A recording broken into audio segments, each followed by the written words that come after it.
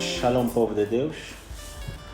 Estamos aqui mais uma vez para darmos continuidade ao nosso programa de todas as quintas-feiras com Angola, em parceria com o meu programa Ao Amanhecer da Noite.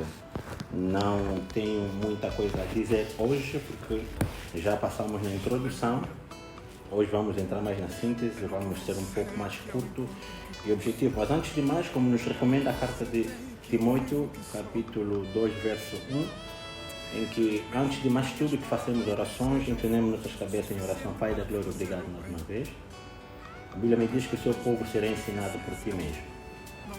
Coloca a palavra na boca do teu servo e que esses oráculos sejam soluções de vida para o seu povo, em nome de Jesus. Amém. O nosso tema, na verdade, é o teu destino te reclama.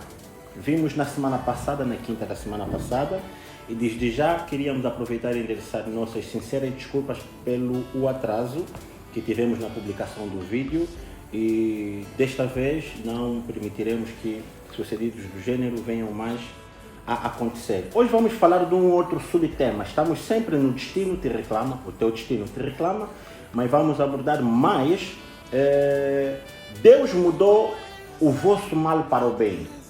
Queremos olhar para a história do José. Vamos passar rapidamente na carta de Gênesis, no seu capítulo 37, verso 1 até 11. Assim diz a palavra do Senhor. Jacó habitou na terra das peregrinações de seu pai, na terra de Canaã.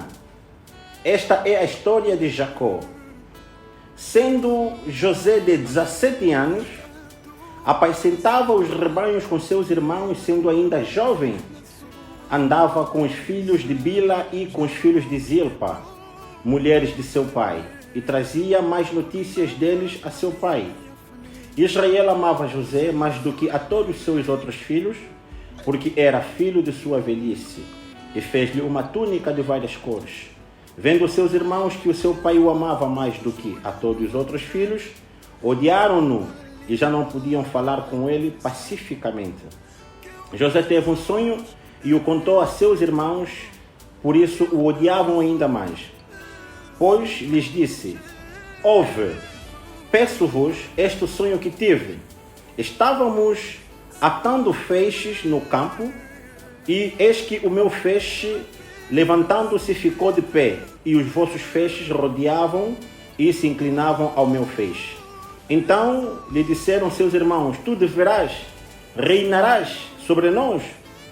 Tu deveras terás domínio sobre nós? Por isso, tanto mais odiavam por causa dos seus sonhos e das suas palavras. Teve ainda outro sonho e o contou a seus irmãos, dizendo: tive outro sonho, e eis que o sol e a lua e 11 estrelas se inclinavam perante mim. Quando o contou a seu pai e seus irmãos, repreendeu o seu pai, dizendo: que sonho é este que tiveste? Viremos eu e tua mãe e teus irmãos a inclinar-nos em terra perante ti? Seus irmãos, pois, o invejavam, seu pai, porém, guardava esse caso no seu coração. Passamos rapidamente na carta de Gênesis, no capítulo 50, no seu verso 18 a 20. Rapidamente. Depois vieram também os irmãos, prostraram-se diante dele e disseram: somos teus servos. Respondeu-lhes José: não temais, acaso estou eu em lugar de Deus? Vós, na verdade, intentaste o mal contra mim, porém Deus o tornou em bem, para fazer como se vê neste dia, para conservar muita gente na vida. A palavra do Senhor. Amados ao Senhor, conforme acabamos de explicar aqui, já demos a nossa introdução ao tema. Hoje vamos entrar rapidamente nas nossas considerações. O autor deste livro de Gênesis, na verdade, é o próprio Moisés. Ele escreveu esta carta quando ainda peregrinavam no meio do deserto, aí entre os anos 1450 a.C. até mais ou menos 1410 a.C., durante a sua passagem no deserto e no Monte Sinai. Na verdade, o propósito de Gênesis é descrever a criação do mundo e determinar a escolha de um Deus divino a um povo, de modo que ele possa colocar o seu reinado na terra e para que esse povo também pudesse adorar a Deus. E estamos aqui num contexto da região do Médio Oriente, aí onde se encontrava o povo. O que significa dizer Gênesis? É o Bereshit, é o começo, é o princípio de tudo, o começo de todas as coisas. Considerações acerca da carta de Gênesis. Na verdade, é uma carta que determina tudo. Eu digo que a Bíblia, o seu começo e o seu fim, o Gênesis já prediz tudo, já determina todas as coisas. Na verdade, todas as outras coisas que a gente vive depois é simplesmente uma sombra daquilo que já aconteceu no Antigo Testamento e temos a sua realização no Novo Testamento. Então, Gênesis é uma carta capital, e não só Gênesis, falamos de todo o Pentateuco, nomeadamente o próprio Gênesis, Êxodo, Levíticos, Números e Deuteronômio. Dominando essas 5 cartas, teremos uma visão muito ampla, no sentido mais lato das coisas. Portanto, aqui estamos a ver a história de José. José era o filho da Raquel, era o filho da esposa mais querida, era um dos menores. Aos 17 anos, o seu pai o amava bastante porque era o filho da sua velhice. Mas o que me alegra aqui, logo no primeiro verso de 37, a Bíblia diz o seguinte, que o Jacó viveu na terra de peregrinação do seu pai, ou seja, o Jacó esteve na terra aonde passou seu pai, aonde esteve o seu pai. Eu queria dizer o seguinte, os nossos pais traçam caminhos, os nossos pais deixam-nos legados, os nossos pais deixam-nos heranças que por sua vez deixam certas forças pela natureza, fazem com que essas forças espirituais, esses legados, essas heranças possam nos reclamar, possam nos conduzir a certos caminhos para nós podermos herdar, de um bom sentido ou de mau sentido. Aqui estamos a ver que os mesmos caminhos que o próprio Isaac passa, era o mesmo caminho que o Jacob estava a passar. Amados ao Senhor, deixa-me te dizer que nós temos os laços familiares que podem nos conduzir para o bem e os laços familiares que podem nos reclamar para o mal. Vejamos aqui um exemplo. O próprio Abraão, quando peregrina, quando vai ao exílio no Egito, na verdade, ele nega a Sara como se fosse sua esposa. Ele nega a Sara completamente que é sua esposa e reclama a Sara como se fosse a sua irmã. E este hábito acabou por acontecer na mesma, ou também com o seu filho, que é o Isaac, que nega a Rebeca como esposa quando esteve em Gerar, quando o povo passava fome. Então aqui estamos a ver um exemplo muito prático, que nós temos uma espécie de herança, que é a mentira, do pai para o filho. Existem forças do costume, legados culturais, existem heranças dos nossos ancestrais que podem prejudicar toda uma geração. Por exemplo, podemos notar famílias que vivem só em poligamia. Podemos ver que há famílias que o celibato reina para sempre. Podemos ver que há famílias que não conseguem atingir 40 anos, têm tido mortes precoces. Podemos ver aqui também mulheres estéreis. Há famílias que ninguém consegue viver a felicidade de um casamento. Existem famílias que ninguém consegue atingir o ápice da literatura. Academicamente ninguém consegue ser engenheiro, ninguém consegue terminar a escola. E quando alguém consegue, começa a dar os primeiros passos, lá vem a força que reclama para o mal. Então, amados Senhor, é necessário que tenhamos aqui atenção, porque o sangue que corre nas nossas veias são os sangues dos nossos pais. E tem uma força sobrenatural que podem reclamar-te, para o mal ou para o bem, para os laços familiares, para as potestades familiares ou espirituais.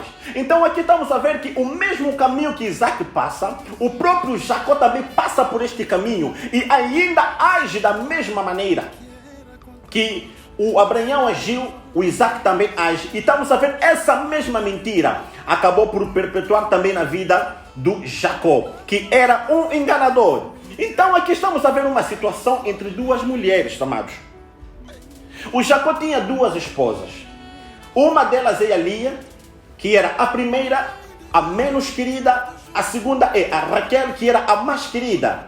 Mas Deus, na sua soberanidade, soube fechar a madre da Raquel. E a Lia dava os seus frutos que são os filhos, ao seu marido. Independentemente de dar os filhos, não era a mulher mais querida. Amados do Senhor, quero chamar a atenção aqui das mulheres, quero chamar a atenção aqui dos homens. Não existem filhos capazes de prender um homem num casamento. O efeito de uma mulher dar filhos a um homem não implica dizer que este homem ficará preso consigo ou amará-te mais do que todas as outras mulheres. Os filhos devem ser o fruto de um verdadeiro amor. Os filhos não podem ser um triunfo, não podem ser um caminho em que uma mulher encontra para poder prender o homem em suas mãos. Exemplo prático. A Penina teve 10 filhos. O próprio marido da Penina diz a Ana quando a Ana chorava. O Elcana reclama, diz: não sou eu melhor do que há 10 filhos. Ele se endereçava aos filhos que ele teve com a Penina. Amados do Senhor, mulheres, filhos não são triunfos. Filhos não são situações, não são condições sine qua non para que um homem possa ficar com uma mulher. Então aqui estamos a ver a disputa entre duas irmãs. A Lia e a Raquel disputavam muito. E a disputa entre os dois acabava também por beliscar de certa forma a relação entre os seus filhos. Por isso vamos ver que o José, ao invés de andar com Rubem, ao invés de andar com Judá, ao invés de andar com Simeão, ao invés de andar com outros, com Levi, ele andava mais com os filhos de Bila e os filhos de Zilpa, que são as empregadas, digamos assim, das mães principais, que é a Lia e a Raquel. Então, aquela disputa, aqueles choques que eles tiveram entre as duas, acabou por beliscar a relação dos dois. Então, o José acabava por amar-se mais com Datã e o Naftali, o Gad e Azer. O problema que está no cerne da poligamia, amados do Senhor, é que a preferência do homem cairá sempre sobre uma mulher. Porque a lei do Moisés é clara. Se tu consegues amar duas pessoas da mesma maneira, então que a tenhas. Hoje está mais do que provado que não existe homem nessa terra capaz de separar ou dividir o seu amor 50% entre duas mulheres. Ninguém consegue amar duas mulheres de forma partilhada. Então o José era o filho mais amado de Jacó. E Israel, que é o Jacó, amava mais a José. A Bíblia está me dizendo o seguinte, que o pai, por amar tanto o seu filho, acabou por fazer uma túnica de várias cores. O efeito de Jacó amar mais a José fez com que, primeiro, os filhos do próprio Jacó odiassem a José. Segundamente, o seu grande amor acabou por lhe impulsionar, por lhe levar a dar uma túnica ao filho que é o José.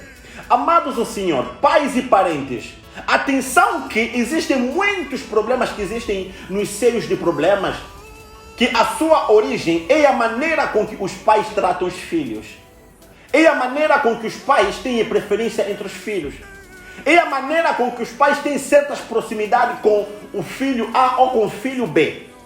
Então nós devemos ter muita atenção, porque hoje as contendas entre os filhos, hoje o ódio entre os filhos, as disputas no seio das famílias, estão a ser originadas, essas coisas todas, por causa de algumas preferências, de alguns tratamentos diferenciados que os pais têm diante dos seus filhos. E essa coisa não é só a nível das famílias, a nível dos empregos, a nível das igrejas está a acontecer, a nível das amizades, existem sempre preferências. E isso, amados do Senhor, acaba de certa forma beliscar corações daquelas pessoas que são mais sensíveis. Tenhamos atenção e tenhamos o cuidado da maneira com que nós iremos tratar os nossos filhos. A Bíblia me diz que o Israel fez uma túnica para o seu filho José. O Israel, o Jacó, fez uma túnica, não só túnica, mas adornada para ofertar ao seu filho. Aqui estamos a ver a grande manifestação do amor. Amados do Senhor, o grande sinal do amor, o grande primeiro sinal do amor, a grande manifestação, o ápice do amor é de dar.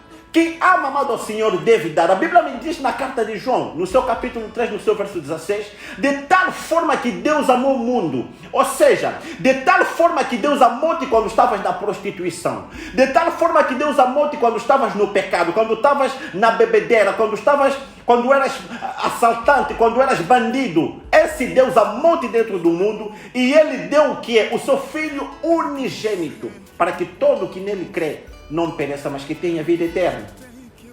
Então a manifestação do coração de Jacó, do seu grande amor que ele sentia pelo seu filho, impulsionou-lhe, levou-lhe a fazer uma túnica adornada e deu a seu filho. Sem se esquecer que o ato que ele estava a fazer, que ele estava a posar diante de outros filhos, estava a dar, na verdade, de certa forma, poder ao José. Ele estava a empossar o José. Ou seja, aquilo foi um ato de empossamento do ofício sacerdotal. Na verdade, o José estava a ser considerado como se fosse o primogênito. Estava a ser considerado como o mais favorito, aquele que irá dirigir todo mundo. Ou seja, ele estava a ganhar ou a herdar o domínio sobre seus irmãos. Ele era a escolha perfeita para o engrandecimento do próprio povo de Israel. Isso por quê? Porque a bênção que o próprio pai teve não foi uma bênção lícita. Deixa-me te chocar um bocado na tarde de hoje. A bênção que Jacó teve não foi ganhada de uma forma lícita. Ele ganha essa bênção roubando, pela orientação da sua mãe Rebeca. Quando Esaú vai à caça, ele pega uma das ovelhas e leva ao seu pai. Prepara uma comida para entregarem ao seu pai. O que acontece? Ele rouba a bênção, ele usurpa a bênção do seu irmão mais velho. Então também ele fica condenado de viver uma bênção em sua plenitude. Tenhamos atenção por aquilo que nós ganhamos. O teu dinheiro não pode ser de forma ilícita. O teu carro não podes comprar de forma ilícita. O teu emprego não ganhas de forma ilícita. Tenhas a sua esposa, os seus filhos licitamente. Existem hoje mulheres no mundo que estão à procura dos quimbandeiros, dos adivinhadores para poder prender homens. Existem homens hoje também que estão à procura de quimbandeiro para poder assegurar um emprego, para poder assegurar uma posição no emprego, uma posição social. Amados do Senhor, não viverás essa bênção de forma plena. O segundo ponto aqui estamos a ver. O José vive a promessa do seu pai. Por quê? Porque a promessa do pai foi... O pai usurpa a bênção no seu irmão. Rouba a bênção do irmão. Então, como não será perpetuada de forma eterna, o outro filho deve que viver isso. Ou seja, as bênçãos que o Jacó recebe do pai, no capítulo 27 de Gênesis, no seu verso 28 a 29, onde o pai estava a abençoar o filho, na verdade, essa bênção recai sobre José. Porque o Jacó só tinha um irmão. Mas a bênção que estava a ser proclamada sobre o Jacó era que os filhos das tuas mães. Ora, Isaac só tinha uma mulher. Aleluia. Na verdade, aqui estamos a ver a materialização da promessa, a personificação da promessa que foi direcionada para o Jacó a ser transferida para o José. Eu estou a profetizar sobre a vida de alguém que a bênção que está sobre você, que transcende as gerações, a bênção que está sobre você, que transcende sobre todos os seus filhos, até a quarta, até a quinta, até a milésima geração. Amados ao Senhor, a túnica, a Bíblia me diz que tinha várias cores. O que significa dizer várias cores? Estamos a ver aqui o fim de uma hereditariedade. Ou seja, o pai tinha o nome de Jacó. E o nome de Jacó significa dizer o enganador. Aquele que rouba, aquele que sabe persuadir para o mal. Agora o pai entende que já desde Abraão há uma mentira que está a ser perpetuada para todas as gerações. E de modo que eu pudesse parar esta maldição, este mal, essa hereditariedade que nós estamos a viver em nossas famílias, eu devo fazer uma túnica de várias cores que está a simbolizar o arco de Deus. O que é o arco de Deus? O arco de Deus é a promessa de Deus em que nunca mais mataria a terra com o dilúvio. Ou seja, em outras palavras, de forma espiritual, o Jacó estava a parar com toda uma mentira, de modo que não pudesse progredir em outras gerações. Estava a parar com uma hereditariedade de mentira, hereditariedade de usurpação, de roubalheira. Eu estou a profetizar sobre a vida de alguém, que de hoje em diante a tua vida seja uma vida de verdade, que nada que os seus parentes fizeram no passado possa transcender a vossa geração, em nome de Jesus Cristo. Então Jacó, ele percebe esta coisa, porque ele era um homem que teve contato com Deus. Então todas as maldades, todo o mal fica para trás. E aquela túnica, embora que traz o empossamento do ofício sacerdotal, o seu segundo passo, a sua segunda missão no corpo de José, era terminar com toda uma maldição, com a herança da mentira. Então aqui estamos a ver uma história em que José era o filho mais amado. Fez com que os seus próprios irmãos o odiassem. Fez com que os seus próprios irmãos o fizessem mal. A Bíblia me diz que ele foi visitar os seus irmãos em Siquém e não os encontrou. E quando os seguiu a uma outra terra, a Bíblia me diz que começaram a maquinar em seus corações para matar o seu próprio irmão. Então aqui estou a ver uma coisa. Com todo o empossamento que estava sobre José, com toda a bênção que estava sobre José, com todos os sonhos que José tinha, os seus irmãos começam a maquinar para o vender. E isso acontece. Amados ao Senhor, podemos hoje falar que eu não vou dar confiança ao meu vizinho porque ele é bruxo. Eu não vou dar confiança ao meu colega porque ele se comporta mal. Eu não vou ligar àquela pessoa porque ele é uma pessoa. Mas agora veja aqui. Estamos diante de uma situação que os teus próprios irmãos estão a te fazer mal. Os teus próprios irmãos estão a te caluniar. Os teus próprios irmãos estão a cobiçar aquilo que é teu. Os teus próprios irmãos estão a planejar fazer-te mal, amado ao Senhor. Nessa situação, o que é que tu dirás? Se fosse uma outra pessoa, vou dizer que não, vou parar de andar com essa pessoa, não há problema nenhum. Agora, se for uma pessoa de fora, de família, o teu braço, o sangue dos teus sangue. Então, amados do Senhor, embora que ele tinha toda essa promessa, o amor do seu pai, todos os seus sonhos, o José é vendido. José é vendido. O salvador da família é vendido. Aquele que tirará a vergonha da família é vendido. O futuro governador é vendido. O homem forte e valente é vendido. Queria falar na tarde de hoje a uma pessoa. Tenha a determinação. Pouco importa a tua situação atual. Pouco importa o tempo que você está a passar agora. Pouco importa as suas preocupações. Pouco importa este desemprego. Pouco importa a falta de casamento. Pouco importa a falta de carro de viagem. Pouco importa tudo, porque as suas promessas estão contigo mesmo. Não importa onde tu estiveres. Não importa as situações que tu estás a passar. Eles podem mexer no teu corpo, podem mexer na sua saúde, mas nunca mexerão as promessas que Deus colocou em tua vida. Ninguém é capaz de receber a bênção que Deus colocou na vida de alguém. Então, amados Senhor, não se preocupe com nada. E ainda quero lhe dizer mais além. Nem olhes para a glória dos outros. Não olha para a elevação dos outros, porque a tua elevação será maior do que a elevação de outras pessoas.